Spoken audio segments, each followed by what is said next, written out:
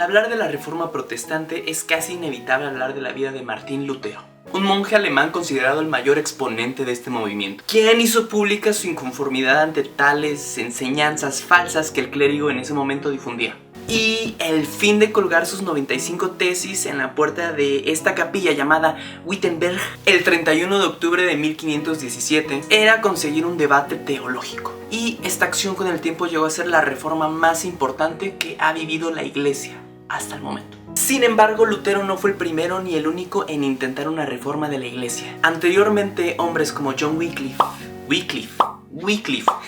y John Huss tenían la convicción de que la Iglesia debía ser reformada. En este video te presentaremos las 4 verdades y prácticas que fueron rescatadas por la Reforma Protestante.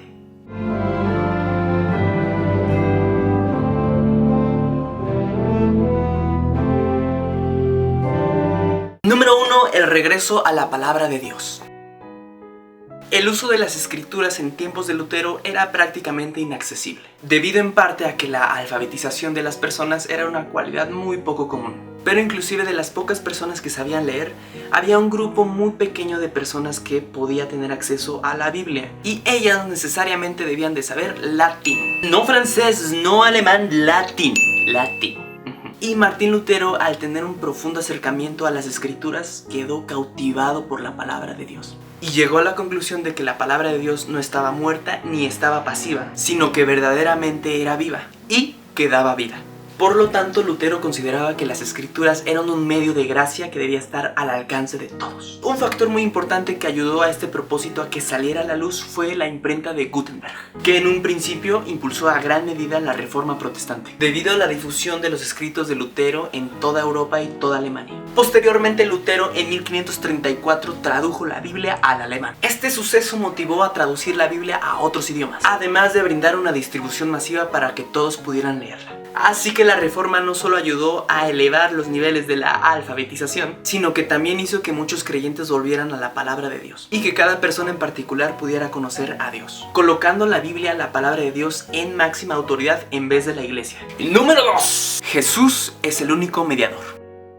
Solus Christus o solo Cristo es una de las 5 solas que los reformadores del siglo XVI explican que solo a través de Cristo se puede llegar a la salvación y a Dios. Nada ni nadie tiene más autoridad que Jesús. Ningún líder religioso ni ídolo podía ser venerado, ni podía imponer o alterar alguna verdad divina. Él es el único camino al Padre, y solo por medio de depositar nuestra fe en Él podemos llegar a ser salvos. Lutero entendió que la justicia de Dios es un regalo de su gracia, ofrecida en el Evangelio a través de la persona y la obra de Cristo. Es Cristo quien con su vida perfecta y una muerte expiatoria reconcilia al hombre con Dios por medio de la fe. Realmente es Él quien debe ser adorado, y nuestra vida entera cobra sentido porque estamos completos en Él. Número 3 y penúltima. La salvación es gratuita. La era que precedió la época de la Reforma Protestante fue la Edad Media, la cual destacó porque hubo una serie de eventos terribles, como la peste bubónica, la Inquisición e incluso inestabilidad económica, lo cual trajo por consecuencia que la expectativa de vida se redujera. Y esto hizo que la principal preocupación de las personas fuera la eternidad. Por lo cual, la venta de indulgencias, que otorgaba la salvación personal y de familiares por medio de su adquisición, podía representar una esperanza ante una sociedad que vivía en temor. Ciertamente hubo una crisis de identidad, y aunque existían personas piadosas, el sistema religioso era corrupto en su mayoría. Por eso Martín Lutero argumentó que si los líderes religiosos tenían el poder de dar la salvación, ¿por qué no lo hacían gratis en vez de por amor al dinero? Era obvio que el sistema religioso no pretendía dar la salvación a las personas, ya que el propósito real de la venta de indulgencias era recaudar recursos para la construcción y embellecimiento de la Basílica de San Pedro en Roma. Lutero, al meditar en las escrituras, descubrió que la salvación era por gracia y por lo tanto no se puede ganar por obras. Lutero y los otros reformadores entendieron que la justificación era un regalo de Dios, por su gran amor por nosotros y todo el mundo, sin importar la clase social o la clase económica.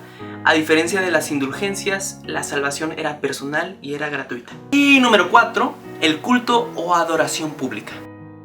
La adoración o el culto donde todos se congregaban había dejado de ser una reunión participativa. En una misa convencional el sacerdote leía la Biblia en latín y toda la liturgia se llevaba a cabo en el mismo idioma, dejando a toda la iglesia, la congregación, sin acceso a la revelación de Dios. Además, cuando llegaba el momento de la homilía o el sermón, las personas no escuchaban el evangelio. Debido a que pocas veces los sacerdotes predicaban de ello, seguramente no lo enseñaban porque no lo conocían. ¿Puedes imaginarte un servicio en donde la adoración o el mensaje no lo entiendes? Es decir, no sabes qué cantas o no sabes qué es lo que escuchas. Pero como podemos ver, la Reforma Protestante tuvo un gran impacto en lo que es la adoración pública, ya que transformó significativamente la manera en cómo la iglesia adora y cómo la iglesia escucha el mensaje de Dios. En vez de que el mensaje y la adoración se llevaran en latín, las personas podían ser partícipes en un lenguaje cotidiano. Podemos concluir que Lutero y todas las personas que participaron en la Reforma Protestante fueron guiados por Dios para proclamar estas verdades, las cuales no eran verdades nuevas, sino que fueron rescatadas por hombres piadosos que estaban sujetos a la voluntad de Dios. Por consiguiente, la Reforma Protestante no fue un movimiento que surgiera a partir de un anhelo humano, sino que estaba dentro de los planes y propósitos de Dios. Por eso es bueno recordar que en medio de la oscuridad resplandeció la gracia de Dios, para el bien de su iglesia y también para que Él sea exaltado. Y bueno, esto fue todo. Espero que te haya servido demasiado este gran panorama de lo que es la Reforma Protestante, de lo que fue, lo que es y sus consecuencias. Sí, todo eso. No olvides seguir a Askenas en todas sus redes sociales que van a aparecer aquí abajito. No olvides activar la campanita para que te avise cuando haya un video nuevo. Tampoco olvides compartir este video si es que acaso te aportó algo. Espero que sí, con tus demás amigos o familiares. Y eso fue todo. Soy Jaciel Bravo, casi me desnuco con eso. Y otra cosa más, hagamos que el fuego se propague.